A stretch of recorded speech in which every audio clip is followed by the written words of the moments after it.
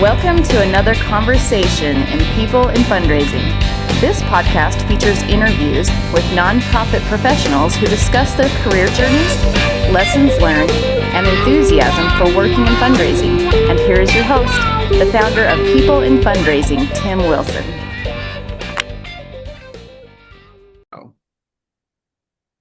Good morning, everyone. It is Wednesday, May 7th, 2025, and welcome to another episode in Season 4 of the People in Fundraising podcast series. We bring on nonprofit leaders from across the world, and today I am very honored to welcome Jay Frost, who is a prolific presence on LinkedIn and does so many interesting and very meaningful efforts in the philanthropic space to discuss trends, to talk with thought leaders, and just honored today that we get to have Jay as a guest to share some of his insights with us. And good morning, Jay. Nice to see you. It is wonderful to see you, Tim. And it's good to see that the world is behind you, supporting this effort, this conversation. Great to be here. And Jay, I imagine you've probably traveled over the world, whether physically or digitally, and talking with more than 500 recording 500 plus episodes for your DonorSearch Philanthropy Masterminds series, guests from around the world. And you also have a few other podcasts you do as part of your work with DonorSearch. You're also a consultant, speaker. You're in Seattle for a conference. So I just appreciate you carving out some time today. It really is fun to talk with you. And as we were saying before we went live for this interview, it's not an opportunity I have very often to speak about things. And I'm very interested in getting to the heart of who people are, and you do that. And I'd like to think that I try to do that. You do. Being on the receiving end of that is really special. Yes, absolutely. What would you like to share with our audience, maybe in a little more detail about who you are with DonorSearch and the consulting you do and speaking engagements and so forth? Sure. Well, the kind of thumbnail sketch of that would be that with DonorSearch, since 2016, I've been hosting what is now called the Philanthropy Masterminds series. It originally started as simple webinars, but I think that we all see that there are plenty of those. So I wanted to find an opportunity to do new things, learn new things, and have an excuse to visit with people I was not meeting and to learn from them. So today, what we are doing is 3 different series. So those 3 podcasts you talked about, one of which is a CFRE accredited series, How to Raise, which we try to do weekly on Thursdays. A Tuesday show, which is more about the news and the views. So we're interviewing people about things that are topical, and authors as well. And finally, we have the podcast, which is called the PM podcast, and it's mainly for the ear. And that's where I try to do what you're doing and other people that we admire do, which is to find out who people really are, why they're here, and perhaps how they want to be remembered. Absolutely. And I have enjoyed those PM podcasts. I listened to one you did with Sharice Harrison, who is the chair-elect of APRA International, and I was just so moved, at listening to you and Sharice talking about her experience as an educator in in DC on 9/11. I appreciate the long-form conversations you have with guests because you're able to go deeper into their background, their motivations, and I think there's just such a need and curiosity for that in today's world. I'd like to think that I'm competing with Joe Rogan for length, but hopefully not attitude. No, when you talk with someone like Sharice or all these other people that I've had a chance to start talking with, what's great is, again, I'd like to think that perhaps it's the first time someone has been just giving them, albeit very small platform, but a platform to just tell their story.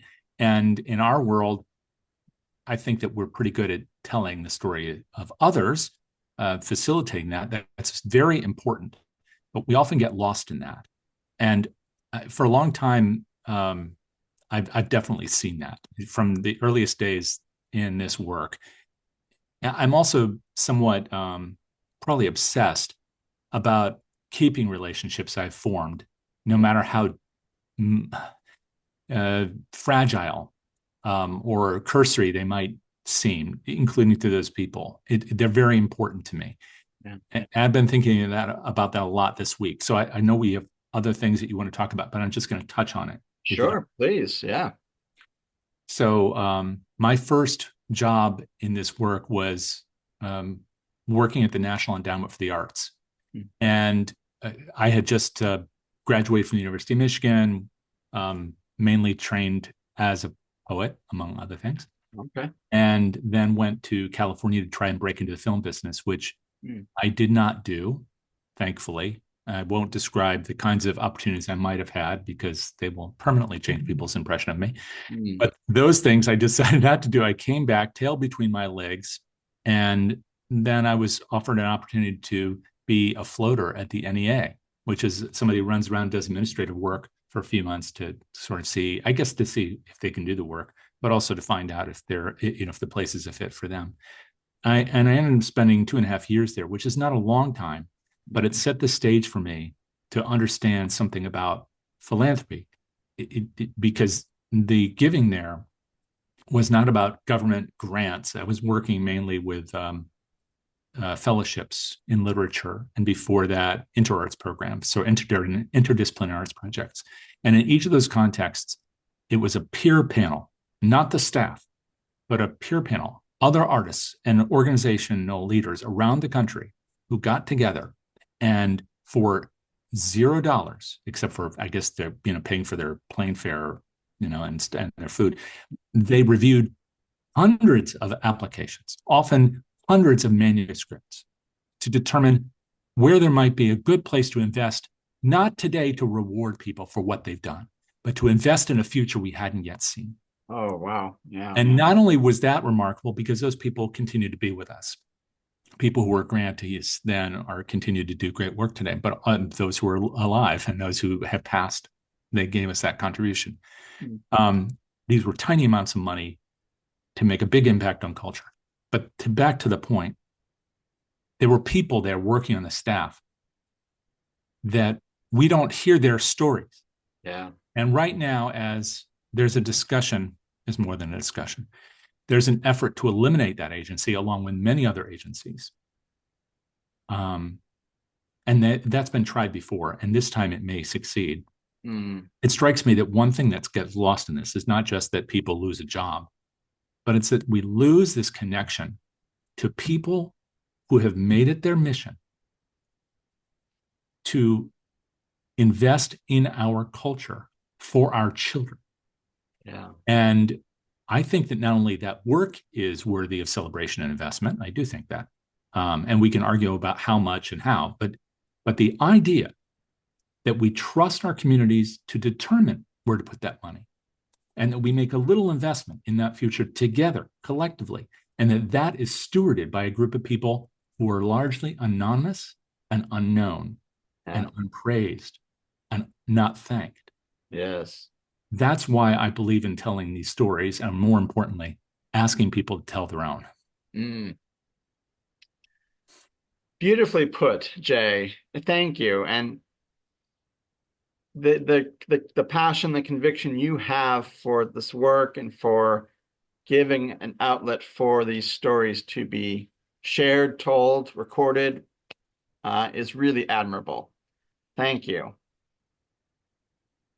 Oh, thank you. I appreciate that. I mean, I think we have a lot of people who are, offering really good content online now. None of this existed when I was starting. Maybe not for you either, but today there's a lot of it, and that's great.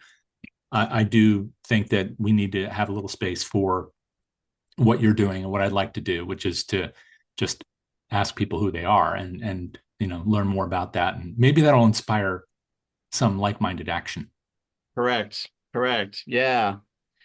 And I think that, this, you started talking about your career with the NEA. I'd like to go back to that and then follow up as well with more what you just talked about with the current threats to organizations such as that. So where did you go from the NEA, please, and how did you get to where you are today? Sure. Okay. Each of these stories can be long, so I'll remember this is your format, not mine. This is not going to be a 5-hour show. Mine isn't either. So for anybody who watched this, I do not do this for 5 hours. But anyway, yeah, the next big pivot was I was working in the literature program, which was awesome. And this is a story that I have told before, but only in like a speaking engagement format. So if you forgive me, I'll do it here. I had 2 conversations which were really meaningful to me. A lot of them were great because I love poetry, and I was able to identify poets who would serve in these panels, which was which was great because not many people really knew poetry that well, even though the people in the program were brilliant and very experienced. I could name names. In fact, I probably should. So Liam Rector, the late Liam Rector, was a great poet. Tamara Stock, who ran Daedalus Books, and Mary MacArthur, who was a wonderful, wonderful arts administrator and ran that program. Frank Conroy, who then led the University of Iowa graduate workshop afterwards and wrote the book Stop Time, one of the seminal authors of kind of short fiction, late 20th century. Anyway, lots of great people, but I was in there as this junior staffer. A lot of things happened, but I had 2 conversations that really continue to resonate for me. And one of them was when I talked to Harriet Dorr, who is an author, and she was in her 80s. And she had just published her first book. I was 24, I think, at the time. I was talking to this person, and everything was by phone then. None of it was like this. Sure. She didn't know me. And my voice was pretty much the same as it is today. And so she didn't know how old I was either. And we had the conversation. I was inviting her to serve as a panelist. Again, this thing where you don't get anything to do it. And I asked her if she would serve, and she said, I don't have time. And to a 24-year-old, I don't have time. And well, I don't have time. I have other things I want to do. Yeah. It took me a while to get through my skull. She meant she didn't have time. Okay. I think she completed one more book after Stones for Ibarra. Anyway, but that really resonated for me. It's like, what is it that we can do with the time we've got? I have to constantly remind myself of that because I never fully learn any lesson. Yeah. But I do, but that is a touchstone. And so that was one of the big things for me. And then I met Yuko, who is now my wife, there, and I had the opportunity to go to Japan. So I went off to Japan for 3 months, and I came back. I thought that was it. I wasn't going to have a job. They actually offered me the opportunity to return to the position. I was very lucky. Wow. But I was at this fork in the road where I had to decide, do I want to continue doing what I'm doing, or do I want to, learn something I haven't learned? And for better or worse, I decided I should do the latter. So I went into what then became a fundraising role because I thought, well, I know what it's like here. What is it like on the other side of that equation? Where that was the second conversation I had, where I talked with a poet, Peter Viereck, who I think has passed also. And he was also more elderly. Probably that means not much older than me now. But he was a Pulitzer Prize winning poet, I believe. And he received a senior, I think it was called a senior fellowship, $20,000 maybe, to continue writing. Okay. Not much for a person who has devoted 60 plus years to the craft, but a nice thing to do. Can't support you, might put some food in the refrigerator. Yeah. Anyway, so he got this. And then I remember getting a call from him. I'm sure others got it too, but where he, again, not knowing who I was, kept saying, thank you, Mr. Frost. This is the greatest thing, Mr. Frost. It was all this. And I thought, this is not right. I mean, I'm this kid. Here's this person who's devoted his whole life to this thing, and he's being so grateful, which I think is wonderful, but not to me. Yeah. I've not done anything.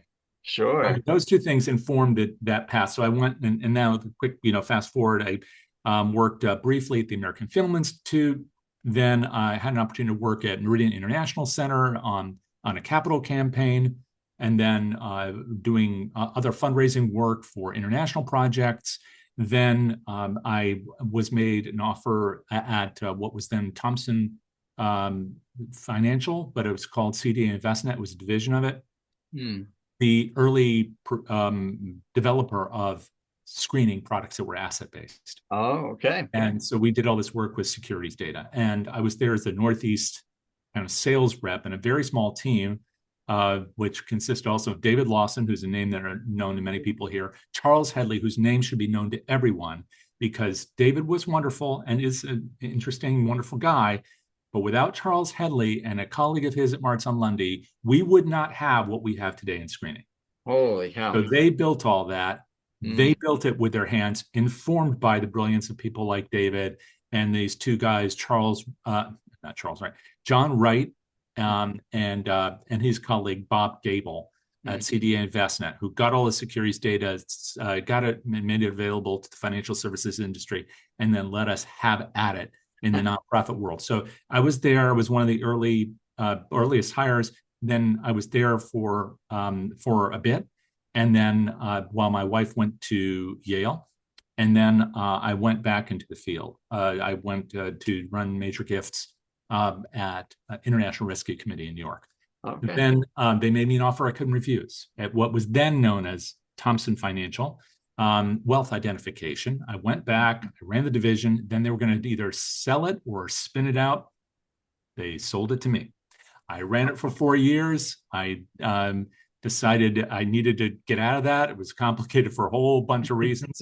And I did a deal. Well, on the inside of the deal was Bill Tedesco, who was the founder and CEO of DonorSearch, and a good friend. And Bill was on the inside. He was the CEO at the time of not DonorSearch, excuse me, of Wealth Engine. I was on the outside with Wealth ID. We did that Reese's Peanut Butter Cup moment.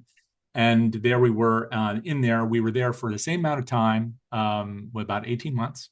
And we left and sold our interest at the same time. Okay. I won't say any more about that, except to say that we were fine, making that transition. And then we did other things.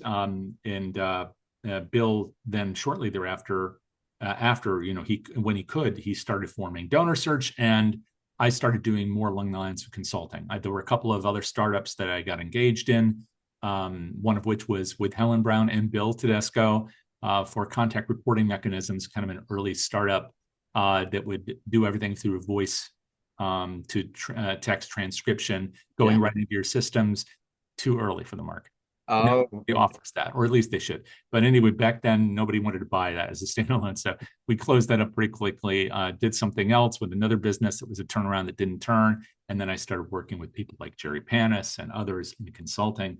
And then finally, Bill, to get us up to the present, invited me to start doing webinars with DonorSearch.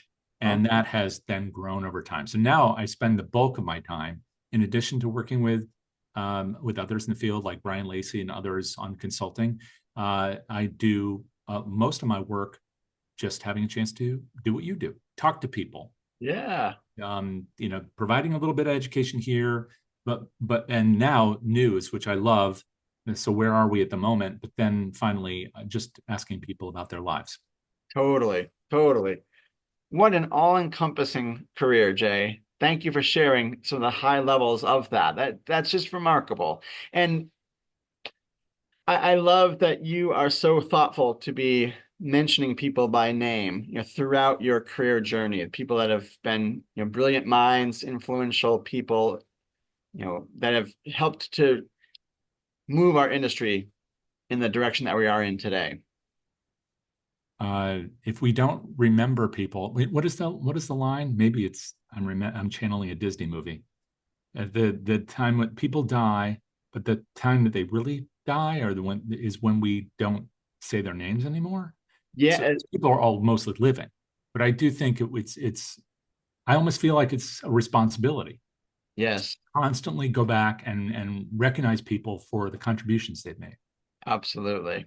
I think you and I are wired similarly in a few areas. That's a big driver for me. And you mentioned earlier, sort of being almost obsessively interested in maintaining connections to people, even if it's a fragile relationship. I'm very much the same. So thank you for your response there.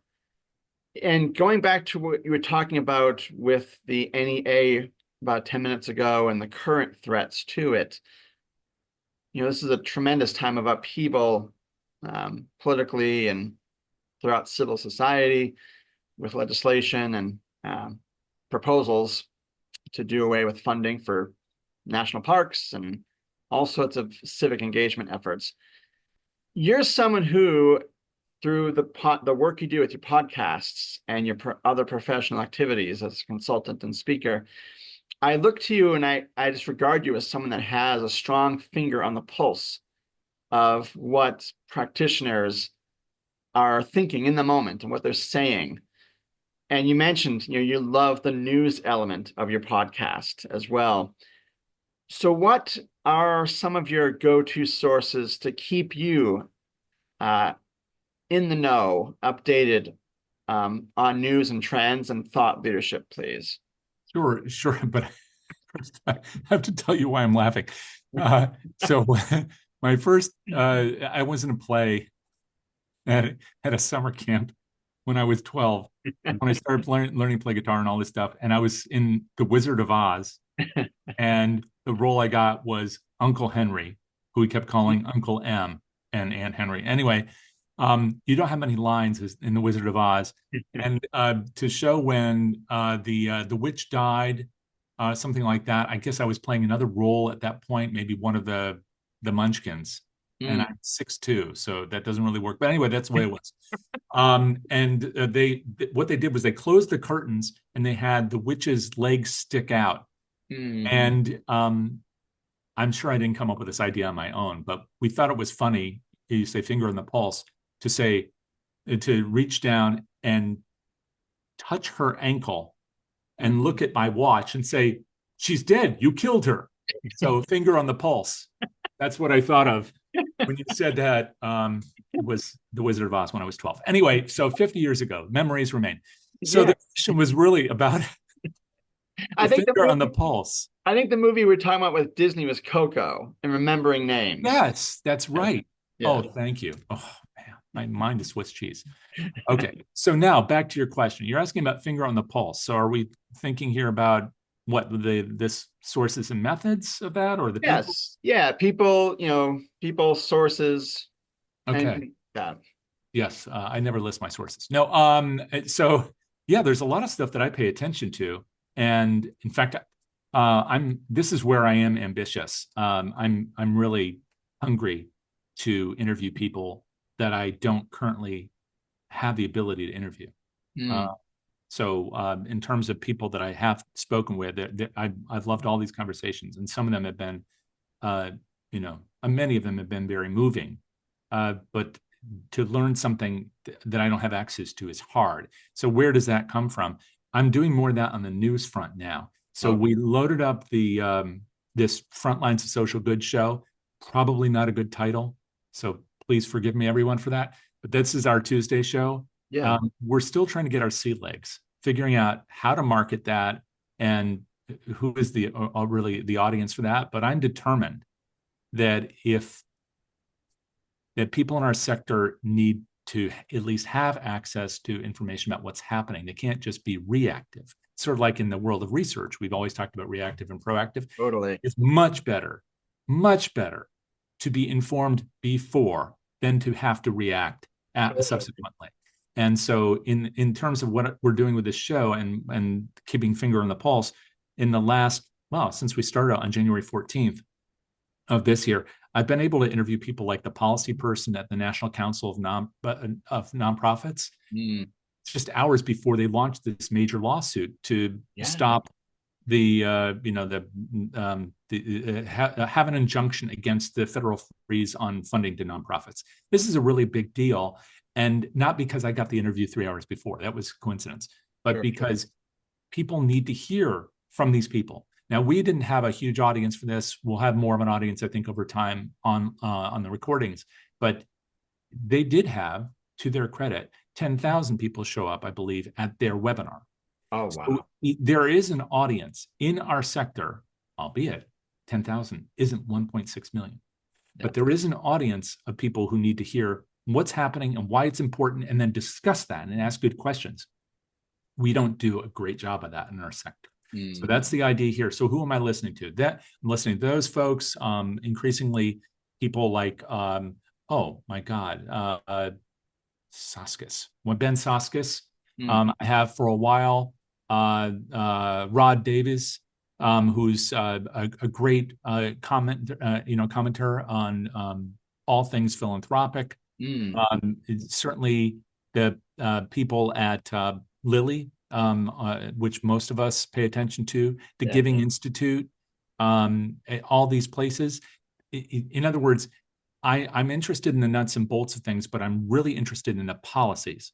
Now, some of those conversations we can't get people to do live, or we have to pressure them a little bit politely to come and talk about things when they are vulnerable. Sure. I think that's important to do. So I'm learning. I'm trying to keep my finger on that pulse by reaching out to these people. And some of them are now, for the first time for me, declining to do something. But what that's doing for me is it's reminding me of who I was a couple of decades ago, which is politely persistent. And I will keep calling and writing until I get a hold of them. So here's one example. I don't think you can get sued by saying this kind of stuff on your show. So Michael Moore is somebody I waited for, I won't say how long, but a long time, one time sitting in the cafe up in Traverse City, Michigan for a feasibility study. Wonderful, interesting guy. Not everybody loves his politics. I think he's a really, really interesting guy. Yes. But I waited a long time to see him, and it was worth it. But anyway, I'm trying to contact him now to see if he'll come on and talk, because if the image we have of him is largely whatever he's talking about today with his baseball cap on, right, then sometimes people can't really see who he is. And therefore they aren't necessarily moved to say, hey, he really does have his finger on the pulse, that this next thing that's going to happen is something we need to pay attention to. And here's something we can do about it. Instead, we go down these little pathways where this is what I believe, and I don't believe what you believe, and then we don't talk to each other. Exactly. I think we better start talking to each other. And one way to do that is to bring these people together, even in our little world, right? Man, I cannot believe you're letting me soapbox here. No, totally, please. One of them is, for a very long time, one thing that's frustrated me is that here we have the academicians. Yeah. And here we have what are called by those people the practitioners. Yes. And then here we have the kind of the media people, and rarely do they intersect. And I'm sorry, there's actually a fourth group, which is probably most important to many of us, which is the grant makers. And so they don't want to be besieged, so they don't show up at our conferences. We go to them asking for things without really knowing who they are. Yeah. I'm making generalizations, but the journalists have to be objective, which I respect for journalistic principles. So they often aren't in these conversations, or we don't invite them, which is ludicrous. And then finally, this fourth group, we need to make sure that we are all together, at least talking and listening to one another. Yeah. And so where am I learning? I'm trying to learn from all these folks by constantly keeping in contact, by monitoring what they're doing, which is why I'm on LinkedIn so insistently. But most importantly, that's why I'm trying to reach out to them for all the things I'm doing. And I know that you are and others are too. I just want to encourage more of that, because it's about time we stop talking in our little echo chambers, not just politically, but professionally. Yes. It's long past time. We're Benjamin Franklin line, which I repeatedly quote, right? Which is that we either hang together or assuredly we will hang separately. Yeah. If that is not true of the nonprofit sector today, nothing is. And the only way that's going to work is if people just let down their guard, put down their egos, and start working together now. Yeah. Beautifully said. Thank you, Jay. I agree with so much of what you just shared with us. I don't want to take away from your strong and reasoned approach by adding to with my own. I would just ask, where can people find these conversations? How can they subscribe? Just to try to broaden the reach of the great output you're doing, please. Oh, thank you. Well, the content of the PM podcast is available wherever people like to listen. So we would love for people to subscribe if they want to do that, or at least give it a listen. And then it's also mounted over on DonorSearch's YouTube channel. Okay. And DonorSearch itself, which has been very generous in this whole process, because everything I do is non-commercial. So they let me get away with a lot. They are very, very good people. They're a really good company in many ways, but this is really speaks to their heart. And they also have part of their website under the resources tab, which is just all this stuff. So it's the Philanthropy Mastermind series there.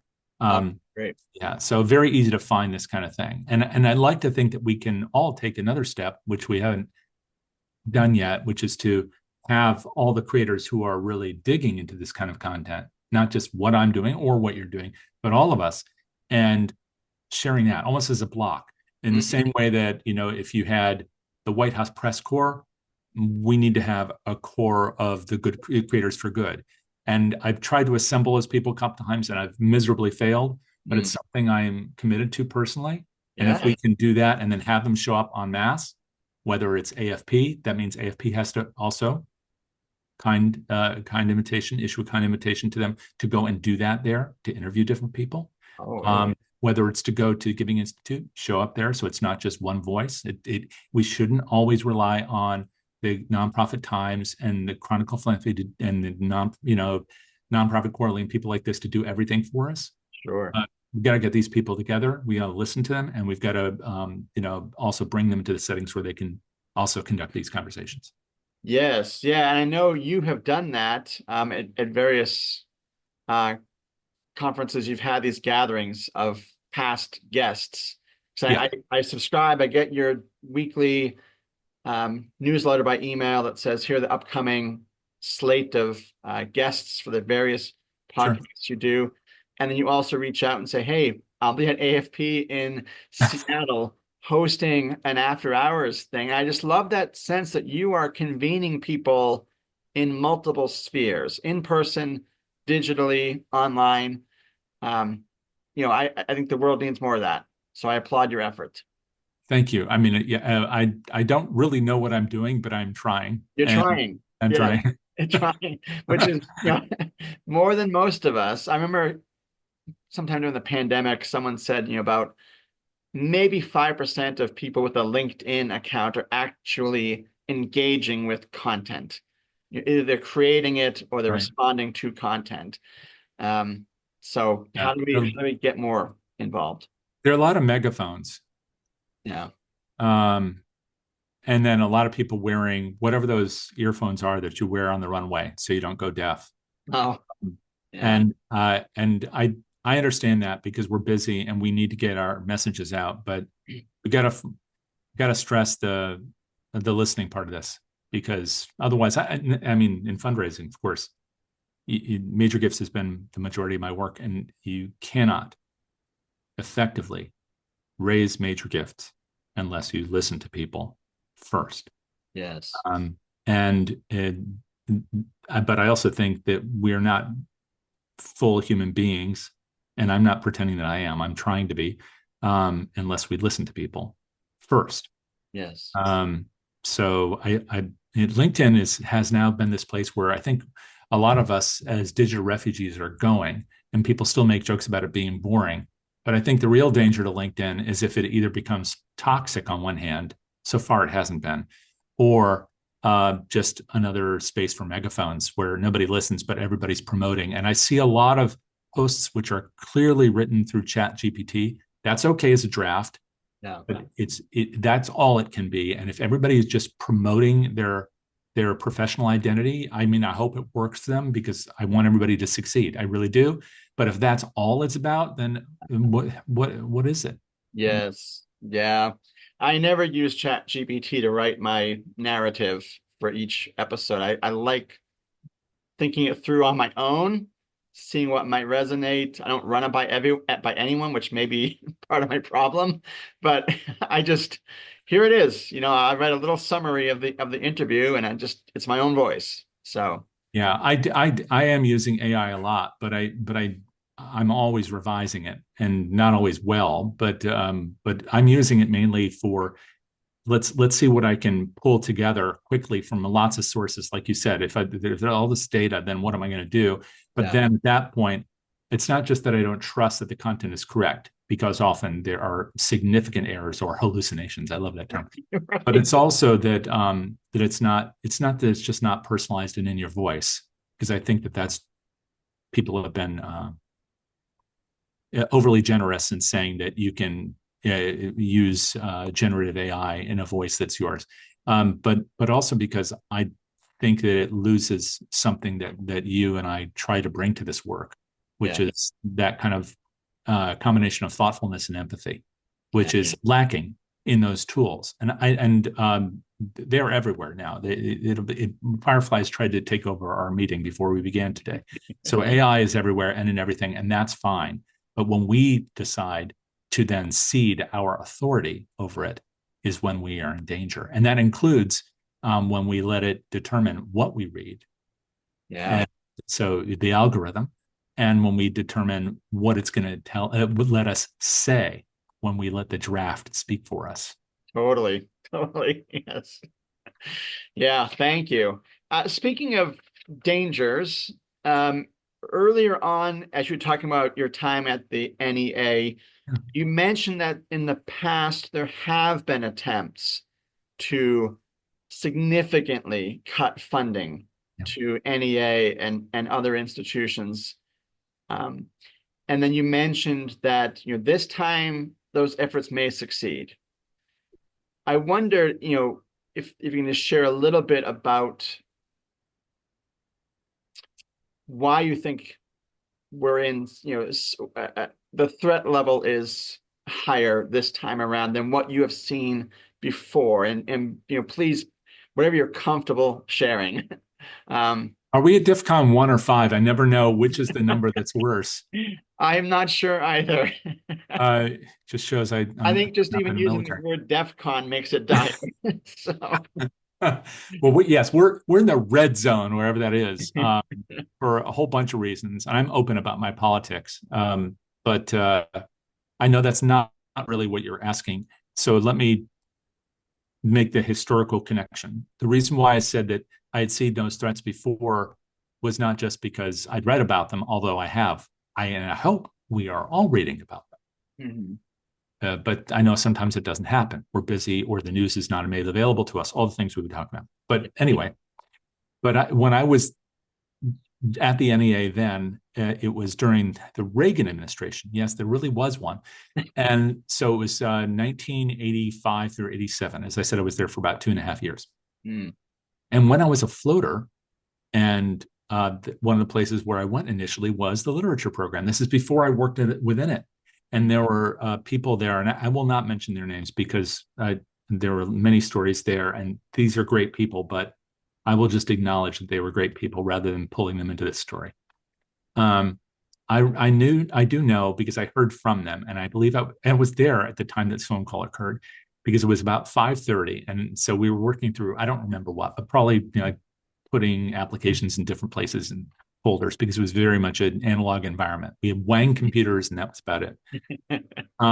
And no internet, of course. So we were doing whatever we were doing, and a phone call came in. And this was during the time when Reagan had, I believe, set his sights on eliminating the agency.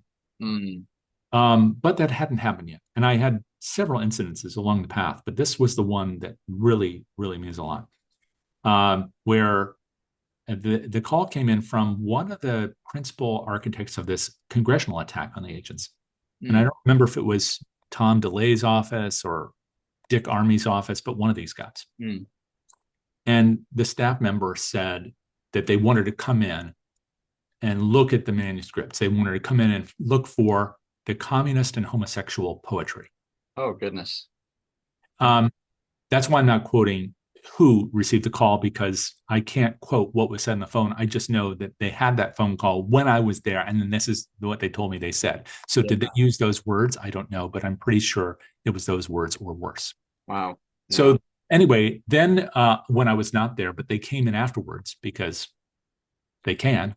Right. They had young staffers, probably the age I was, sifting through manuscripts. Now, here's the other thing to remember, is at least at that time, you did not get a grant for what you had done.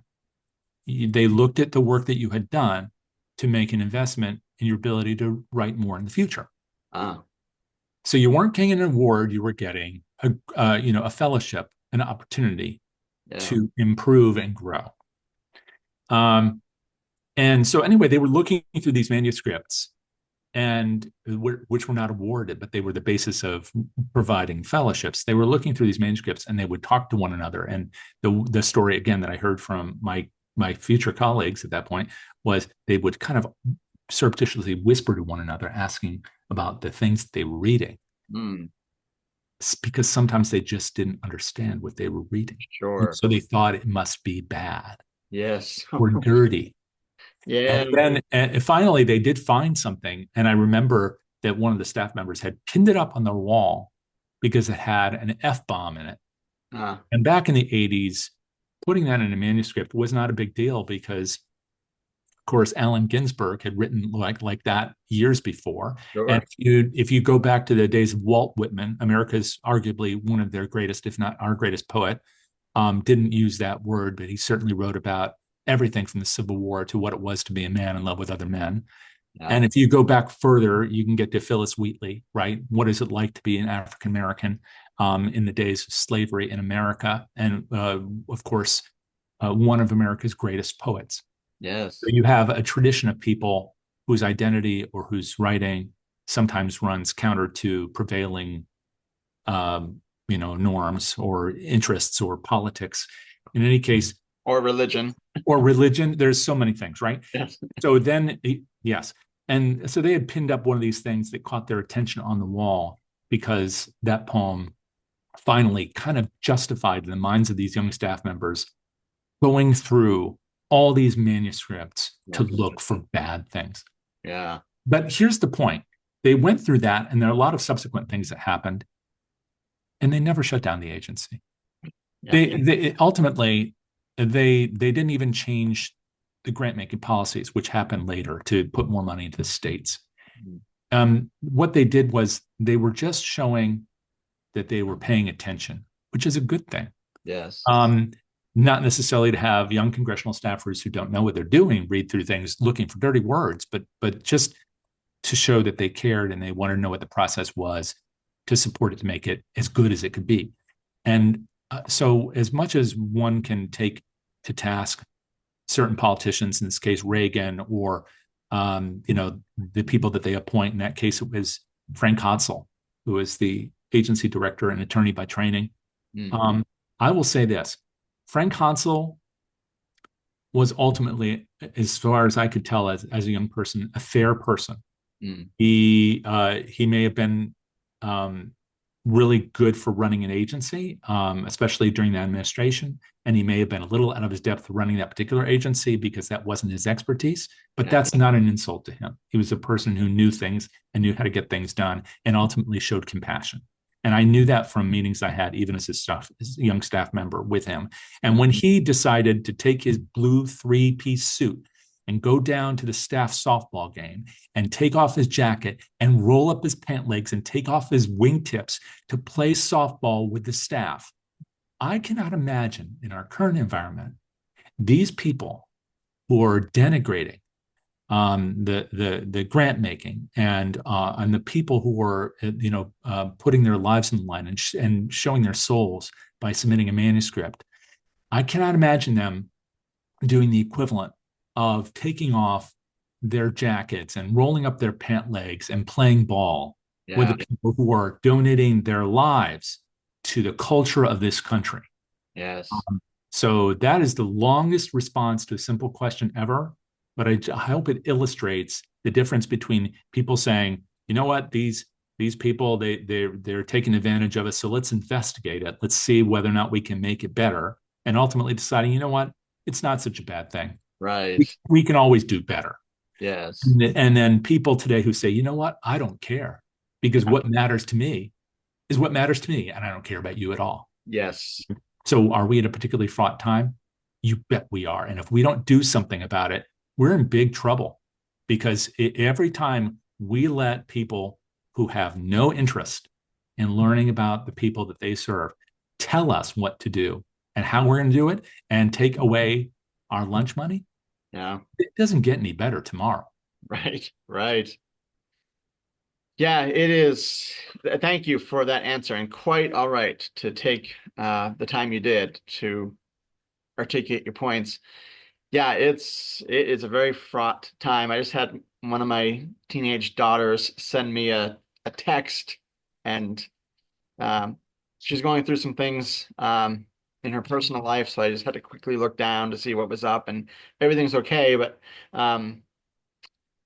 it's nice to see. I won't get into the text itself, but like she's politically engaged in a way that I admire, and that she's aware of what's happening with things like the suicide crisis hotline and issues, that I'm so glad you mentioned that. mental Yeah. health. Yeah.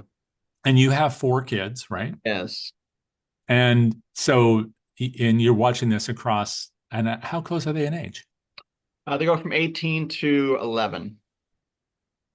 And there's a lot of space in there. Yeah. So they're all receiving everything that's happening differently. Yes.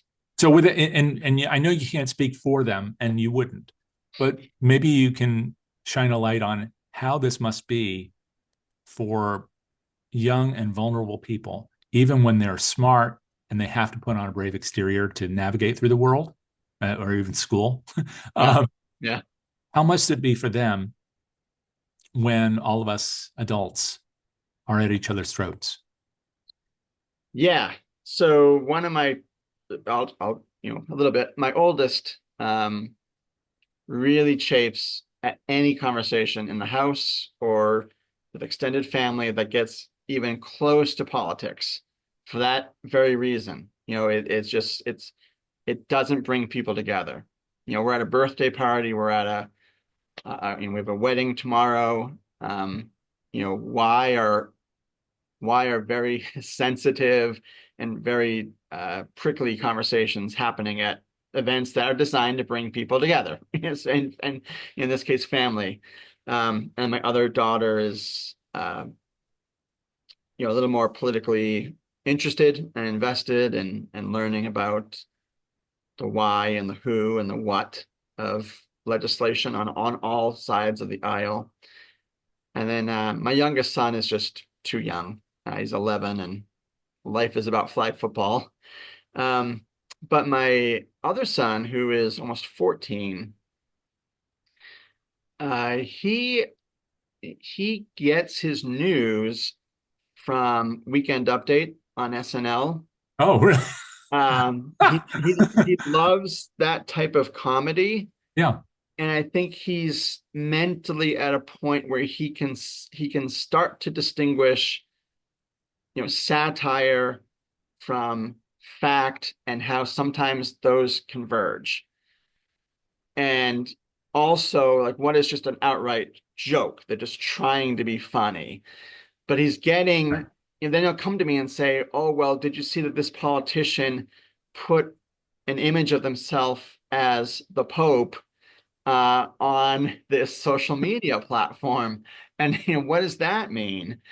So, but he still has, and it's evolutionarily correct. He still has that mental immaturity to not quite know the ramifications of a joke, Mhm. of satire. And so then we have to have some educational moments of like, I love you. I understand where you're coming from.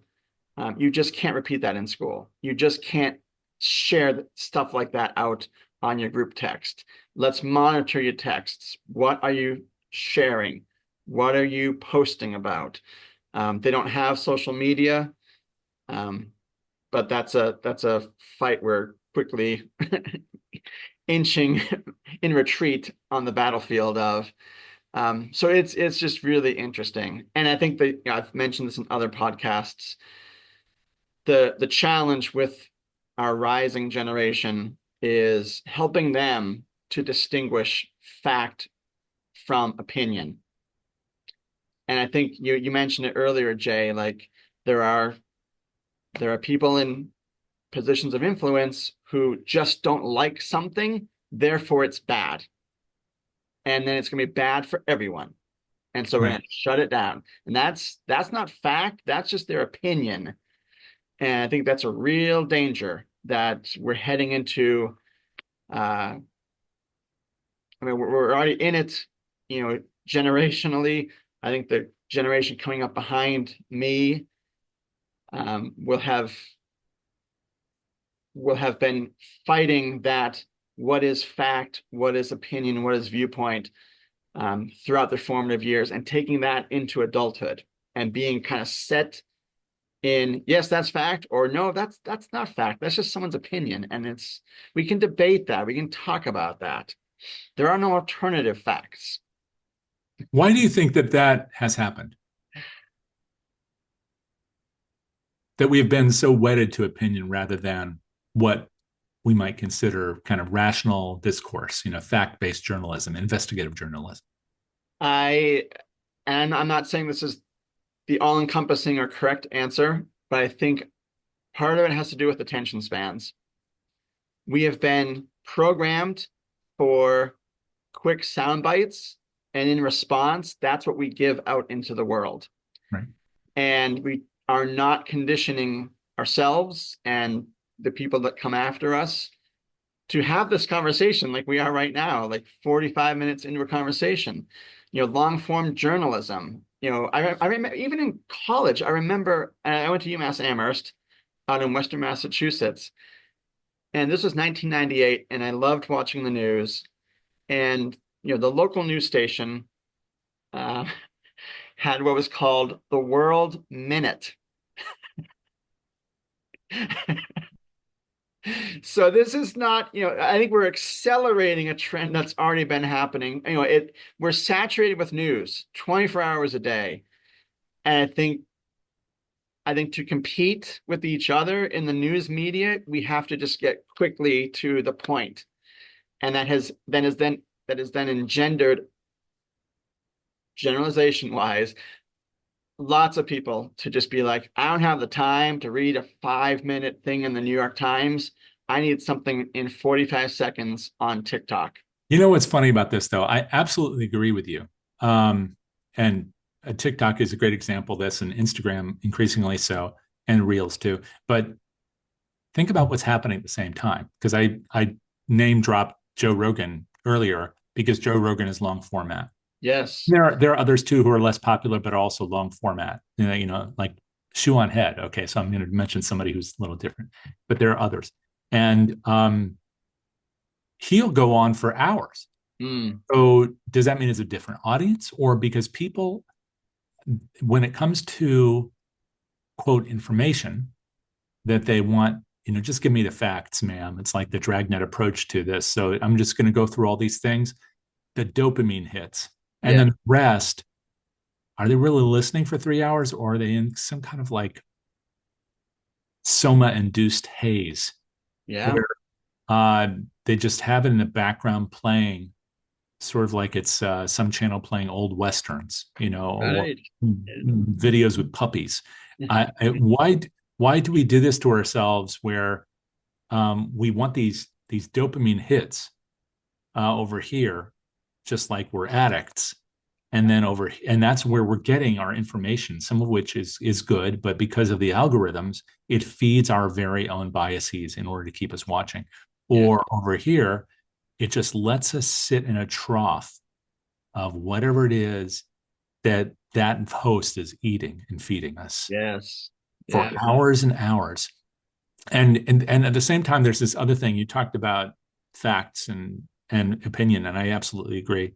One of the things that's fascinating to me and horrifying is the concept that there are no facts. It's not just the alternative facts, which was a kind of weird expression that she used, and now it's become part of our language. But it's also that people believe that, and this has been happening largely through the rise of social media over the last number of years, that the facts are objectively found by canvassing opinion. It's the aggregate of the opinions on anything, Reddit or 4chan or anything, which determine whether or not something is correct or not. And I just have to say that while I think that, once again, getting people to talk, that's good. Yes. Not having the equivalent of librarians to help direct us to the best sources of information, or to help us distinguish truth from fiction and opinion from fact, all of which have a role in the world, but they are not the same, that in the absence of those moderators, and which are now being stripped out of the social platforms themselves, with that, in the absence of those moderators, that people go into this dark, dark space where they all do things like showing up at Comet Pizza with I an was just thinking automatic about weapon. that. I was just thinking about that example, Jay. Yes. Yeah. And by the way, for anybody who might watch this 50 minutes in, this is testing people's patience.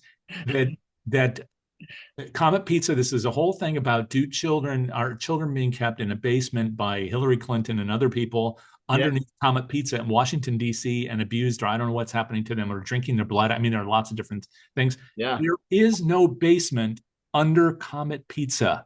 Right.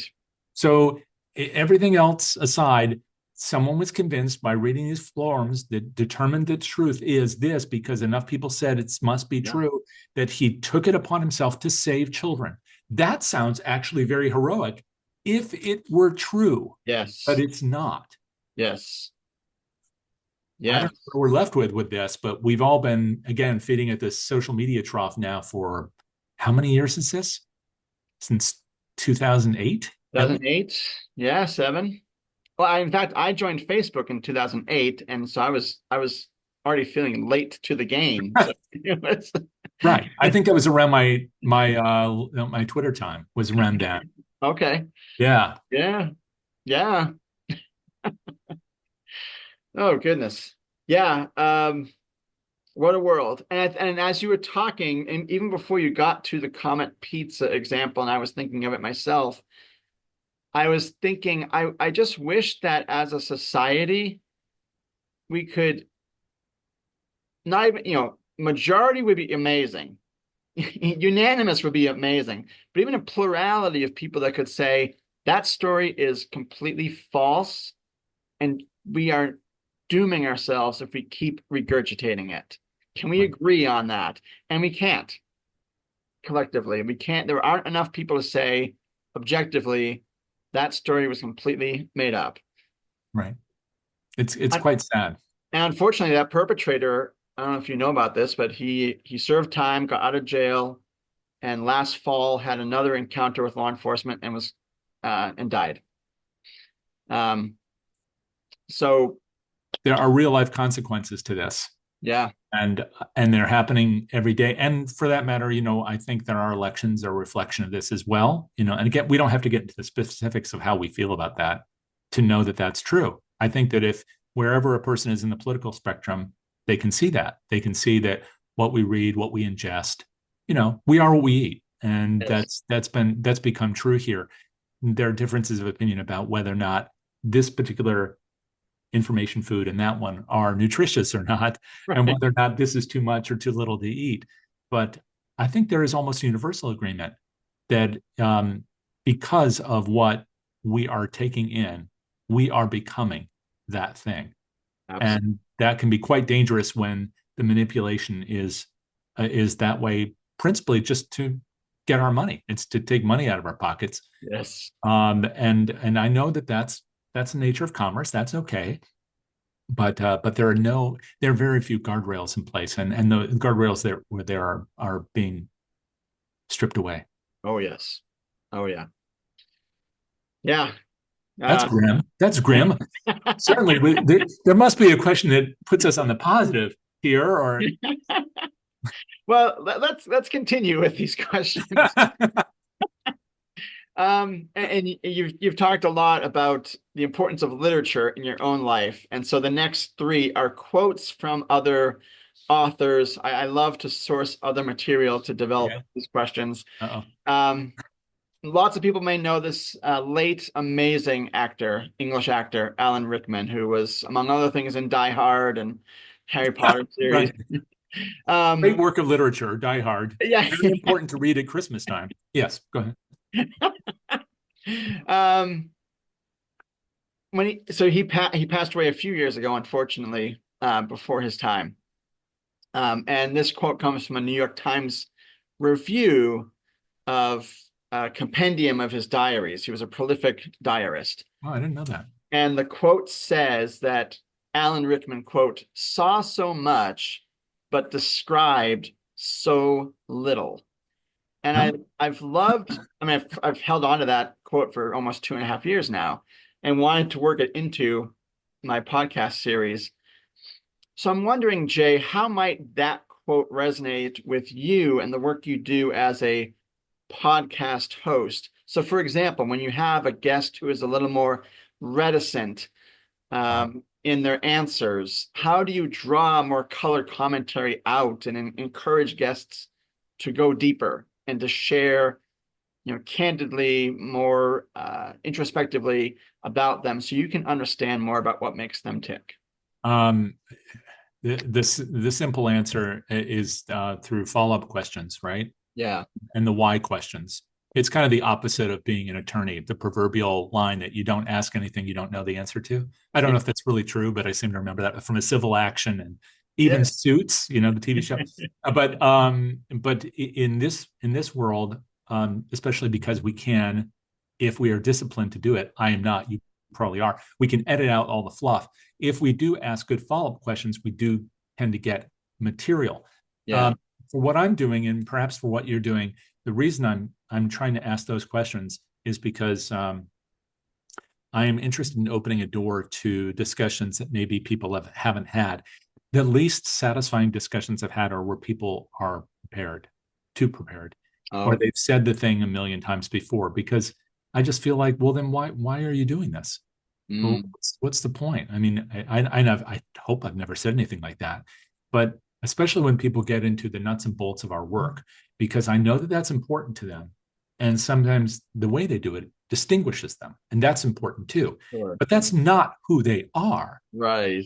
So I'm interested in questions that dig into their parents, if they'll talk about that. Yeah. Their kids, if they'll talk about it.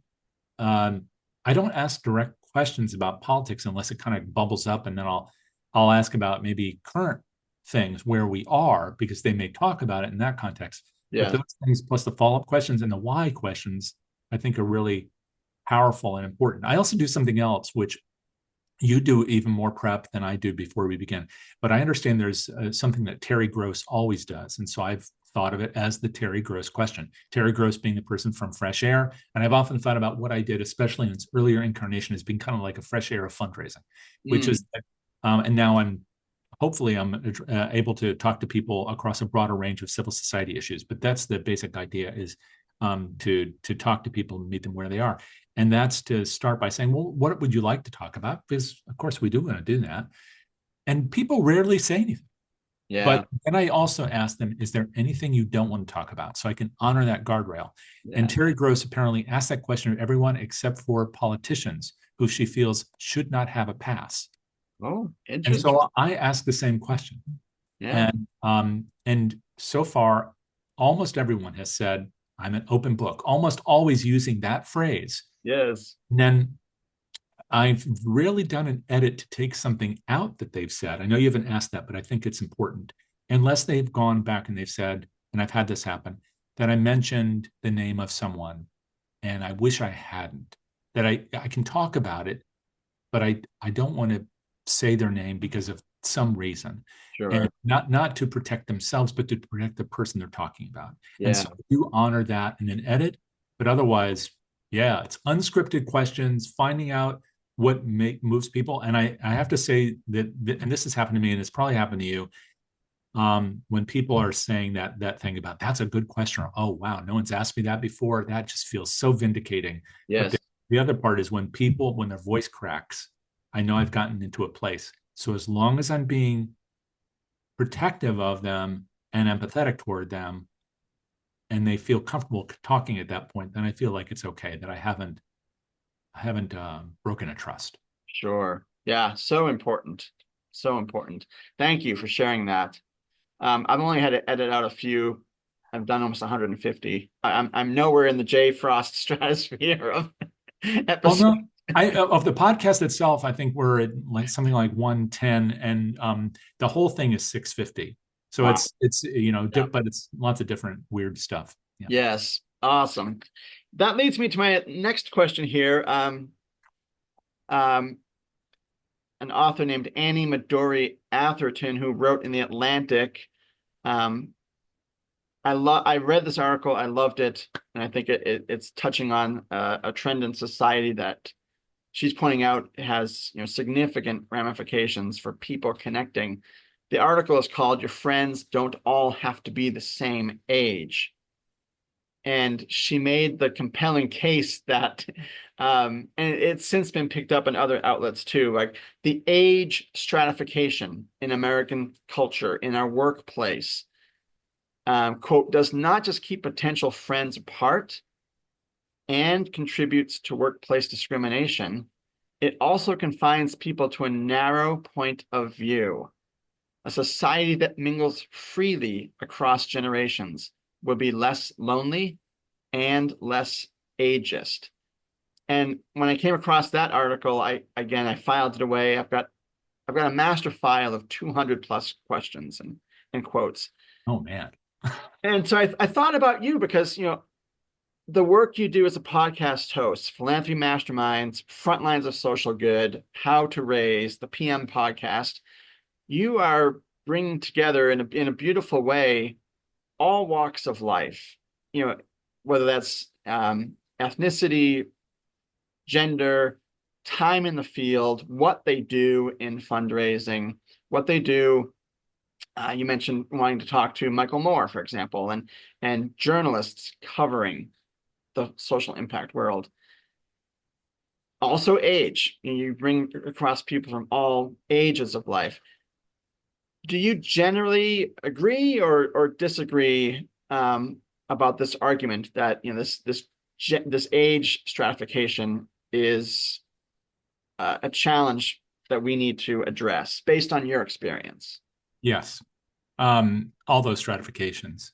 Yeah. And for me, I think it's really problematic.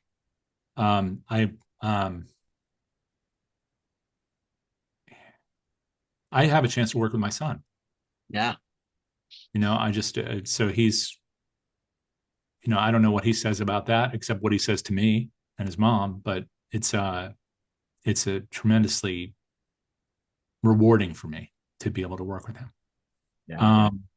And he is 24, going on 25, does all the editing and moderates, but rarely speaks. He just does not want to be doing that. I don't mean rarely speaks as a human, but in this professional setting, although he is a quiet guy, but he's very smart, and we work collaboratively. At least I believe that we do. And also, I work with the whole marketing team at DonorSearch because they do all the marketing for this stuff. So I get to sit on a lot of their meetings and do different stuff with them and go to conferences occasionally, like I'm here right now at the Woodmark conference. And those folks are also, I won't list their ages and names unless they want me to do that, but I'll just put it this way: they're all pretty young. Yeah. And I say that not pejoratively. I say that like it's great. Yes. If we are not constantly refreshing, how do we rewrite the Jefferson quote so that it's better and more timely? We have to constantly refresh our intellect and our understanding with the ideas of the next generation. But I would also argue, like you did as you were talking about this, not just different generations, not just different ages, but also different experiences. Yeah. And never to assume that one person speaks for all. So my wife is from another country. She's from Japan. She comes from Japan at a particular time. When she came here was 1981. You can read more about that in her memoirs. She has a whole bunch of that work. Oh, excellent. She will be publishing more. Yuko Ida Frost, look her up. The thing is that I've been introduced to a lot of things because of her that I never would have known about had I not met her when I did. And she joked early in our relationship that I didn't know where Japan was. That was an exaggeration, but only so much of one for some white boy from Connecticut. Yeah. And what I'd like to think now is that if I don't know things, and my ignorance is massive and all-consuming, but if I don't know things, at least I have an interest in learning. Yes. The only way that we can learn them is not just through what we read, although that's a treasure, but it's also the people we meet. And if we don't meet people whose experiences are different from our own, including ages, as well as ethnicities and all these different characteristics that make up all the cohorts where we tend to stay in these little enclaves, if we don't do that, what are we? How do we grow? Right. Right. Yeah, very valid question. Yeah, and I think that quote ties into certainly what you just said here, and also earlier in our conversation about we need to convene, we need to talk, we need to do better at giving space for people to share their perspective, and harmoniously as we can disagree, and maybe at some points our own worldview gets adjusted because of someone else's experience that they share with us. Yes, can I add to that too? Yeah. There's been a big conversation in the last few years about many things, but particularly in the fundraising world about community-centric fundraising versus donor-centric fundraising. Yeah. And I'm of the school that says that while all those conversations have value, I like it when people talk about human-centric fundraising, meaning that we are sensitive to the needs and interests of all the people in our sector. And that means that we respect them all, even if they sometimes are not only different from our own, but will say things that rub us the wrong way. We have to be understanding and empathetic to that. That does not mean, however, that I believe that our job is to make people uncomfortable. That's another concept that's been discussed a lot. I believe that it's very important to be personally uncomfortable, but not to make you uncomfortable. I think that that is taking away your agency if my job is to make you feel bad. So while I think it's fine for me to say what I have to say and to learn what I have to learn and then to share that with you, if my purpose is to do something to you, I'm not sure how productive that is for me or for you. So I'm saying this, and I'm sure I've said that in a clumsy way, and some people will attack me for it. But ultimately, I don't care because I believe that it's better to be kind and to make it at least my priority to learn as much as I can, understanding the depth of my ignorance. That is more important. And then to share whatever I can. I've learned from others. That is more important than having this, I don't know, sworn an oath to one group of people over another, to one concept over another. Not because I don't think that those people are important or that concept is important, but because if I think I am so right and others are so wrong, I've heard that story before, historically and in my lifetime, especially politically, and we're hearing it now. And when I hear people say us versus them, I don't even care what the us and the them are. I get really upset. The only thing that really, really, really triggers me is when people are cruel or unkind to others. Yeah. I don't even care who they are. Yeah. It bothers me deeply. I'm not very good at protecting myself, but I'll fight for somebody else if there's cruelty to them, and that includes even online cruelty. So I try to do it first through diplomacy. But if people think that our need to set the record straight involves hurting other people in the process, I'm not in that camp. Agreed. Yeah. Thank you for sharing that. Very important. And I think, it's been easy for as long as the internet's been around to, start off something and think that, that's not going to have any ripple effect on a person or people that read it, but it definitely does. And I can get into examples with some of my daughter's friends that have had on social media, they've had other people they don't even know at school create fake identities of my daughter's friends, and very harmful. And I just get riled up about that too. Like, hope that there's some karma in the world. In a sense. Well, I'm really a Pollyanna. I'd like to think that whatever we do today, that it can be forgiven tomorrow. And I just hope that people will be better people, that people will just be nice to other people, including, but still remaining true to the concept that we should constantly be improving. I mean, that doesn't, the kindness is not, in my mind, kindness is not an excuse for stasis. It doesn't mean that just because we're being nice, that we're just putting up with a lot of bad things. We've got a lot of injustice. We have to fight the injustice. The question is, do we fight the injustice by saying, I'm right, you're wrong, you're going to hell? Or do we fight the injustice by saying, I don't agree with that idea. I challenge that concept. I'm going to fight these particular laws or these actions. I'm not fighting you as a human because then I'm just like you. I don't want to be that evil person. That's not my goal here. Yes, yes. Oh, well, Jay, we've been talking for over an hour. I have so enjoyed our conversation. Take that, Joe Rogan. I did want to give you a few moments, and this was not scripted, it's not on the questionnaire, but I found it very meaningful. Before we started recording, I asked you about your normal backdrop when you record conversations on your podcasts. And for people that have watched episodes, you will know what I'm talking about.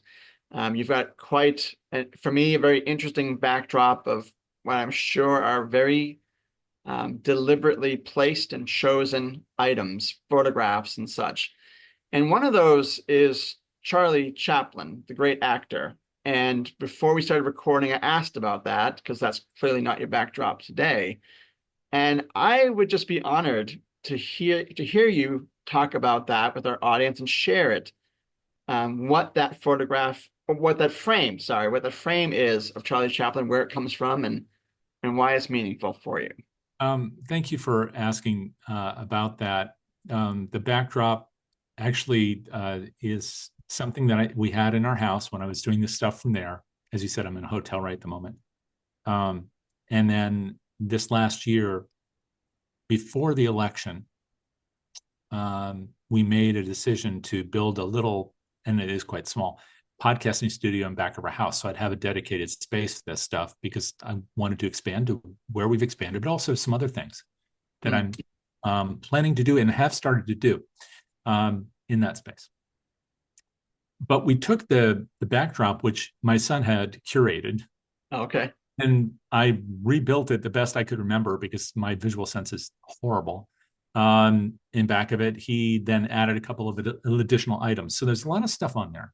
Yeah. And a whole bunch of books, because different people in our sector. And so I'll try to interview them. So that's a way for me to not just show off the books, but to remember the people. And then there are some things that are specific to our sector, like something I got from APRA a long time ago, a couple of things from APRA. Because as I said, I'm obsessed with remembering people that I've gotten to know. So I have some of that and something to do with case and et cetera. And then there are some books that I contributed to, or one I edited, some others I contributed chapters to, and stuff like that. And then there are some very personal items, and that's what you're talking about here. And they range from the Kirby, who's a character in video games, that my son just brought me back from Japan, and some other things like that, to several things that have been around with me since the 1970s. And those include items from movies. And so there's some Humphrey Bogart stuff because he was a very interesting guy in many ways. How he fought House Un-American Activities Committee, as well as the kind of roles he chose to play later in his career. And like with Casablanca. So as I told you before we started, I have a big Casablanca mirror that you cannot see, where he's in the bar, kind of reevaluating his life, which is the way I'm always feeling like. I don't drink, but I'm always in that point of reflection. Yeah. And then in back of me, there's the stuff that also just kind of keeps me balanced, and they're by my mom. So one is of Groucho Marx, which I love. It's a needlepoint. The other one is a needlepoint of Charlie Chaplin, who, again, has an interesting political legacy. Yeah. He did some things which were not perfect in his life, in terms of his marriages and so forth, but he was a person who was quite dedicated to standing up for the little guy he wasn't just a little guy. He stood up for little guys in Yes. everything, including the great dictator. Yeah. And Yes. so that needlepoint was done by my mom back in 1976. When we, lose our folks, it's like other people that are not with us anymore. If we don't remember them in some way, keep their names in front of us, who are we? Yes. I'm surrounded by those things in that office. Some you can't see. My dad designed the Republican elephant. There's a big cartoon of Hugo, the political cartoonist, showing Richard Nixon, deconstructing the elephant, and then Nixon riding on it, and all this other crazy stuff. So there's a lot of broad spectrum of opinion, even in my family. But ultimately, it's all those objects in there just remind me of that environment of love from which I'm fortunate to have sprung. Yes. Beautifully said, Jay. Thank you for sharing that. And again, this was not scripted, so I appreciate you, on the spot talking about this or opening up about this, and just how meaningful, these artifacts, tangible links to the people that, brought us into the world and helped shape who we are today. It's very touching. Thank you. I love stories like that. Thank you, Tim. I really Yes. appreciate all of this. And thank you for letting me go long, and feel free to cut 90% of it out. No, my pleasure. And my goodness, I have felt that I am very similar to you, Jay, in so many ways, because my normal backdrop has a lot of stuff from my childhood and my children's childhoods as well. And it serves as reminders of what is really important. And I love being able to create a space for that. So Touchstones. Yeah. yes, absolutely. And I do want to say this for our audience before we wrap up. Jay, you have been an influence for me in my own journey as a podcast host. I remember, I think in 2021, you interviewed Ken and Brooke, and that was the first episode that I remember watching of your podcast, Philanthropy Masterminds. And I had some idea that I want to interview people about their career journeys, but it would be in a book format. And so this was, a little bit after the pandemic, but I had this idea for years before then. And then I saw your interview with Ken, and I thought, that is a better medium for what I would like to do. So I hope that what I do is not taking away from the tremendous work you do. And I do it out of admiration. And you're someone I greatly admire for what you do, how you speak, who you invite into this world of philanthropy and telling their stories. And so I just want to say that for our audience. That's very And kind for of you. you. That's very kind of you. Thank you so much. I really do appreciate that. And it's undeserved, but appreciated. And the respect and the admiration is mutual. I also think it's a rising tide that lifts all boats in this stuff, and we need more of this, not less of it. So thank you for doing what you do. My pleasure. Thank you. And thank you for setting a tremendous example in many ways in our industry. I will be in Baltimore for APRA PD this August. I think that's somewhere in your home turf, maybe. Is that right? Yes, I'm trying to remember the dates. It's August. I'm actually helping my oldest daughter move into college around that time. It is Monday, August 18th, I believe, is when people can start trickling in, and I'll be there hopefully before that. So, well, hopefully DonorSearch will let me tag along with them to the conference, because yes, it'll be in that neck of the woods. It's a big one for DonorSearch. It's a big one for me, And I've just gotten back from Oxford, where I'll have been in a writing workshop. So Wonderful. yeah, looking forward to that. Awesome. Well, I hope our paths cross there. And if not, maybe at AFP in San Diego next year or some other location. Fabulous. Well, Jay, thank you so much for this time. I have thoroughly enjoyed listening to you, talking with you, and thank you for just expounding with insights and commitment and energy and sharing that with our audience today. It's been a real pleasure for me. Thank you. Thank you so much, Tim. Really, really do appreciate it. My pleasure. For our audience, you'll be able to find Jay Frost's conversation across various platforms in June, so in just a few weeks from now. LinkedIn, which will have a link to the YouTube portion. I combined them both. Podbean and Spotify for the audio only, because some in our audience prefer to listen. And then thanks to my 100th guest, Luis Diaz of the Donor Participation Project. He is generously sponsoring my current website, peopleinfundraising.wordifysites.com. So please check out Jay's conversation on any of those channels. And thank you for your support of this endeavor. Have a great rest of your day, Jay. Thank you, Tim.